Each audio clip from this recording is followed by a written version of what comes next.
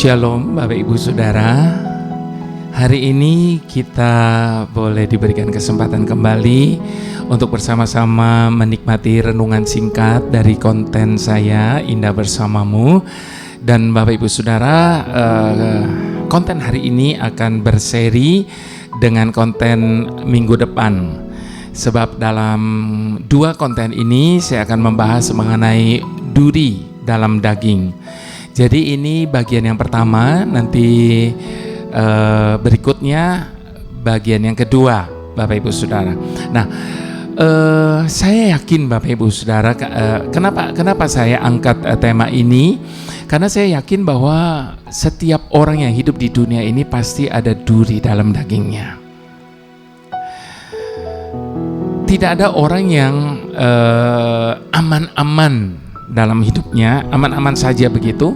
Tetapi pasti Tuhan ada meletakkan duri dalam daging kita hanya untuk mengingatkan kepada kita betapa kita ini sebenarnya makhluk yang lemah. Duri dalam daging itu menjadi rem bagi setiap kita. Kalau suatu saat kita sudah kebablasan dalam segala bidang, Bapak Ibu Saudara, sehingga duri dalam daging ini akan menjadi rem bagi setiap kita untuk kita boleh merenungkan kembali bahwa sesungguhnya kita ini adalah makhluk yang lemah, yang tidak bisa tidak kita membutuhkan Tuhan sebagai penolong, sebagai sumber kekuatan dan sumber segalanya. Nah, Bapak Ibu Saudara, sebelum kita membahas mengenai duri dalam daging bagian yang pertama ini, saya mau mengajak kita bersatu hati di dalam doa. Mari kita berdoa bersama-sama. Tuhan, terima kasih karena di dalam perjalanan hidup kami ini, kami selalu diingatkan bahwa kalau kami boleh ada sebagaimana kami ada hari ini, itu semua hanya oleh karena kekuatan yang daripadamu, semua hanya oleh karena kasih karuniamu Tuhan. Sebab tanpa semua itu tidak mungkin kami boleh ada di titik di mana kami ada hari ini. Itu sebabnya Tuhan, kami bersyukur kalau sampai hari ini ada sesuatu dalam hidup kami yang kami sudah doakan berulang kali untuk supaya Engkau angkat, dan ternyata itu masih ada dalam hidup kami sampai hari ini, dan itu merupakan duri dalam daging kami untuk mengingatkan kepada kami betapa kami adalah orang-orang yang membutuhkan Engkau Tuhan, dan tanpa Engkau kami tidak akan mampu untuk menjalani kehidupan kami ini Tuhan. Itu sebabnya lewat konten ini Tuhan, biarlah Engkau berbicara menyadarkan kepada setiap kami bahwa kebutuhan kami di dalam Engkau itu tidak terbantahkan. Terima kasih Bapa, hanya di dalam nama-Mu kami berdoa dan mengucap syukur. Haleluya. Amin. Baik Bapak Ibu Saudara, kalau kita berbicara tentang duri dalam daging, maka kita berbicara tentang kelemahan dan kebutuhan kita akan Tuhan. Biarlah hidup yang Tuhan hidupi ini, kita mempunyai hati yang taat, sekalipun melewati banyak hal yang kita tidak bisa pahami, yang mungkin tidak masuk akal kita dan sebagainya. Dan dari hati yang taat itu adalah syarat yang dibutuhkan untuk menjadi seorang murid Tuhan yang berkenan kepadanya. Di saat ku tak mengerti perkara yang sedang ku alami kini, ku percaya Kaulah Tuhan yang tahu apa yang sedang Kau lakukan. Di saat ku tak mengerti perkara yang sedang ku alami kini, ku percaya Kaulah Tuhan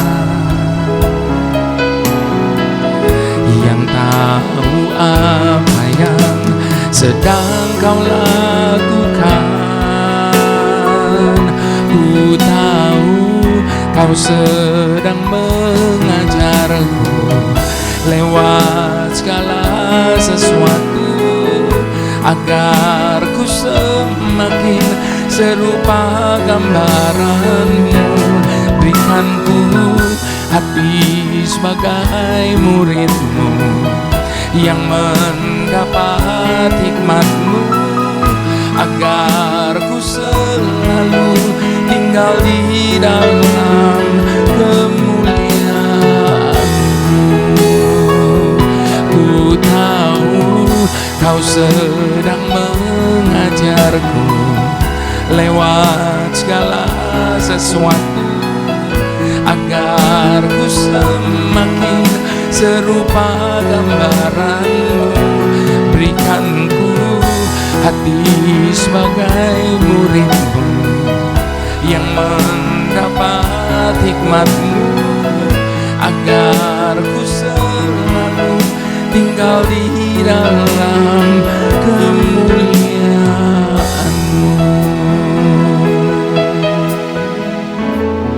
Di tengah-tengah ketidakmengertian kita tentang apa yang Tuhan sedang buat, apa yang Tuhan sedang kerjakan, sehingga itu merupakan salah satu bentuk duri dalam daging kita, biarlah kita boleh diberikan hati yang taat dan setia melewati kondisi apapun dalam hidup kita ini.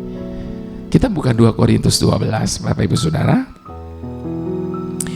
2 Korintus 12 ayat yang pertama sampai ayat yang ke-10. Judul dari perikop ini, Paulus menerima penglihatan dan pernyataan. Aku harus bermegah sekalipun memang hal itu tidak ada faedahnya. Namun demikian, aku hendak memberitakan penglihatan-penglihatan dan pernyataan-pernyataan yang kuterima dari Tuhan. Aku tahu tentang seorang Kristen 14 tahun yang lampau, entah di dalam tubuh aku tidak tahu, entah di luar tubuh aku tidak tahu. Tuhan yang mengetahui orang itu tiba-tiba diangkat ke tingkat yang ketiga dari surga. Aku juga tahu tentang orang itu, entah di dalam tubuh, entah di luar tubuh, aku tidak tahu. Tuhan yang mengetahuinya. Ia tiba-tiba diangkat ke Firdaus, dan ia mendengar kata-kata yang tak terkatakan, yang tidak boleh diucapkan manusia. Atas orang itu aku hendak bermegah, tetapi atas diriku sendiri aku tidak akan bermegah, selain atas kelemahan-kelemahanku. Sebab sekiranya aku hendak bermegah juga, aku bukan orang bodoh lagi, karena aku mengatakan kebenaran. Tetapi aku menahan diriku, supaya jangan ada orang yang memperhitungkannya kepadaku lebih daripada yang mereka lihat padaku, atau yang mereka dengar daripadaku. Dan supaya aku jangan meninggikan diri karena pernyataan-pernyataan yang luar biasa itu, maka aku diberi suatu duri di dalam dagingku, yaitu seorang utusan iblis untuk menggocoh aku, supaya aku jangan meninggikan diri. Tentang hal itu aku sudah 3 kali berseru kepada Tuhan, supaya utusan iblis itu mundur daripadaku. Tetapi jawab Tuhan kepadaku, cukuplah kasih karuniaku bagimu, sebab justru dalam kelemahanlah kuasaku menjadi sempurna. Sebab itu terlebih suka aku bermegah atas kelemahanku, supaya kuasa Kristus pun turun menaungi aku. Karena itu aku senang dan rela di dalam kelemahan, di dalam siksaan, di dalam kesukaran, di dalam penganiayaan dan kesesakan oleh karena Kristus. Sebab jika aku lemah, maka aku kuat. Luar biasa ya Bapak Ibu Saudara, Paulus ini. Di ayat yang ke-7 dia katakan apa? Dan supaya aku jangan meninggikan diri karena pernyataan-pernyataan yang luar biasa itu, maka aku diberi suatu duri di dalam dagingku. Segala sesuatu yang Tuhan kerjakan dalam hidup kita sampai pada memberikan duri dalam daging kita, pasti Tuhan punya maksud dan tujuannya. Bapak Ibu Saudara, siapa yang tidak mengenal John Wesley, pendiri gereja Metodis ini, termasuk salah seorang yang telah mempengaruhi secara gereja di seluruh dunia. Meskipun demikian, Bapak Ibu Saudara, hamba Tuhan yang dipakai secara luar biasa ini, ternyata dalam hidup nyatanya, ia memiliki seorang istri yang, mohon maaf, memiliki kelainan atau gangguan jiwa. Tingkah laku sang istri seringkali mempermalukan dirinya. Pernah suatu kali pada saat John Wesley sedang berkhotbah, istrinya berteriak bahwa semua yang dikatakan John Wesley itu bohong. Bayangkan Bapak Ibu Saudara, sementara dia berkhotbah, istrinya teriak-teriak bilang itu bohong, itu bohong. Bahkan yang lebih parahnya lagi, istrinya juga pernah menjambak rambut Wesley di depan umum. Bukankah ini sesuatu yang sangat ironis? Namun Bapak Ibu Saudara, yang lebih luar biasanya lagi adalah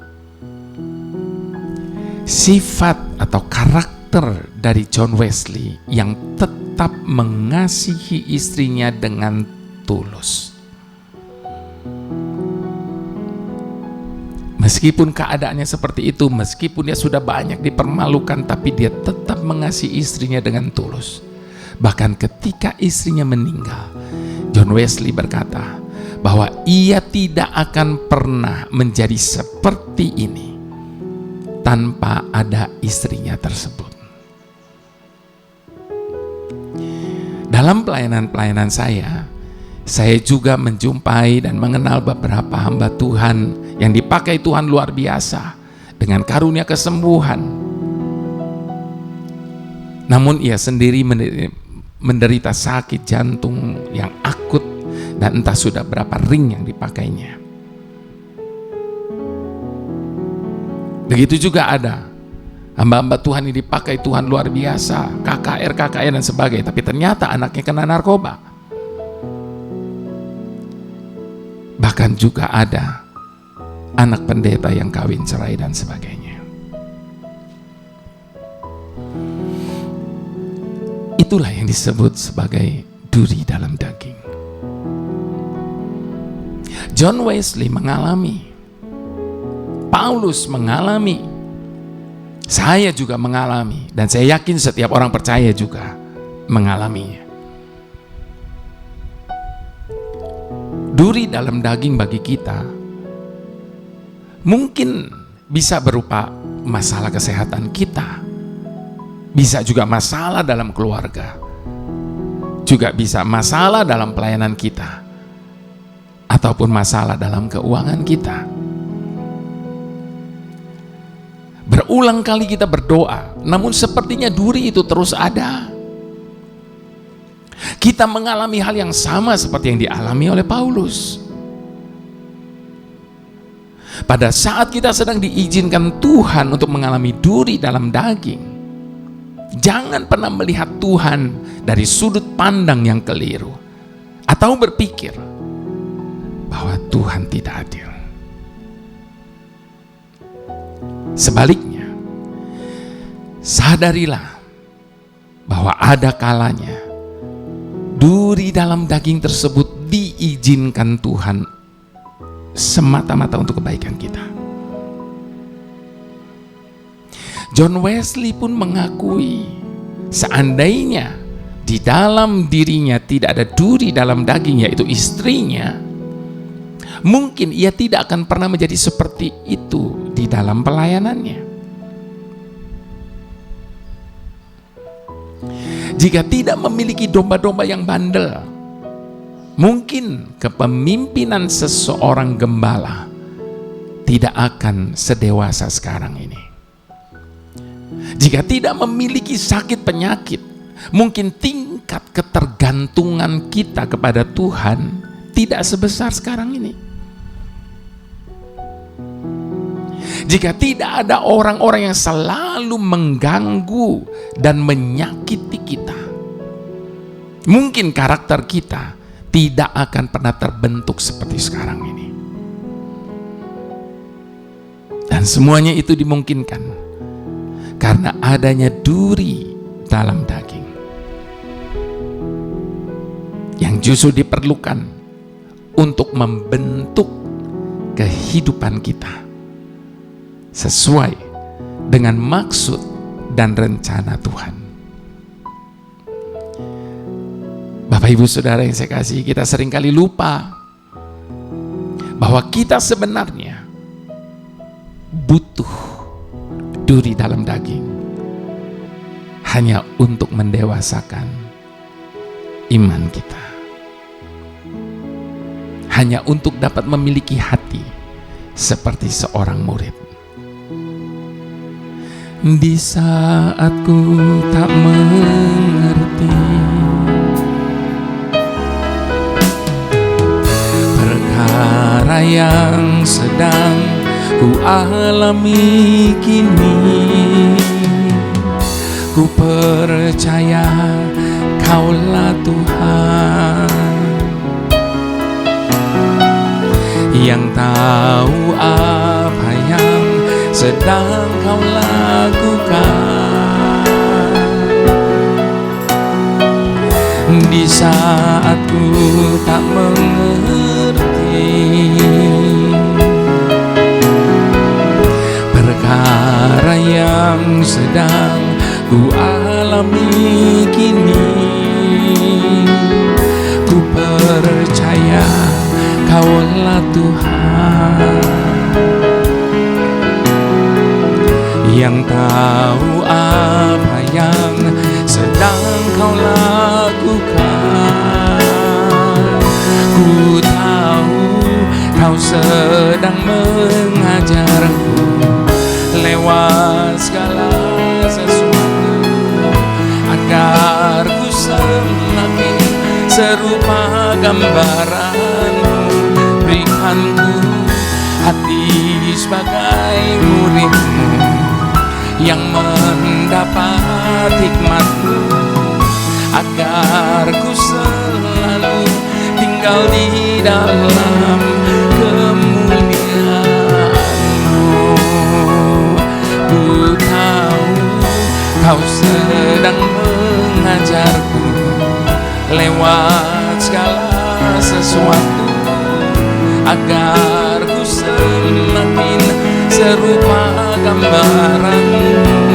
Berikan ku hati sebagai murid-Mu yang mendapat hikmat-Mu, agar ku selalu tinggal di dalam kemuliaan-Mu,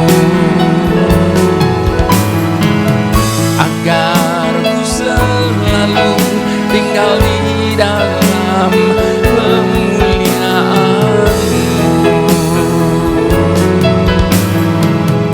agar ku selalu tinggal di dalam kemuliaan-Mu.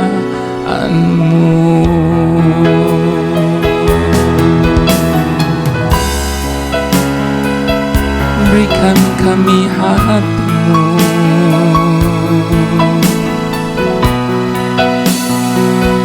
berikan kami Tuhan hikmat yang dari-Mu,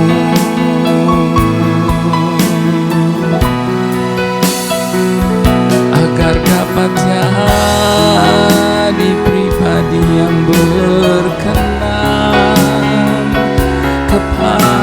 kepadamu Tuhan.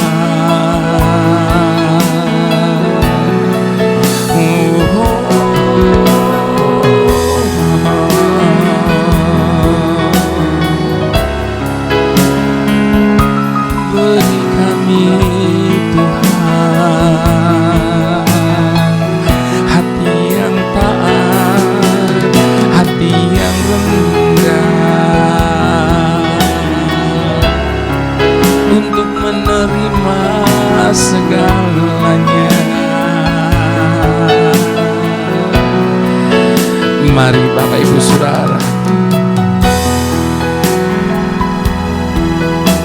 jalani hidup yang Tuhan hidupi ini.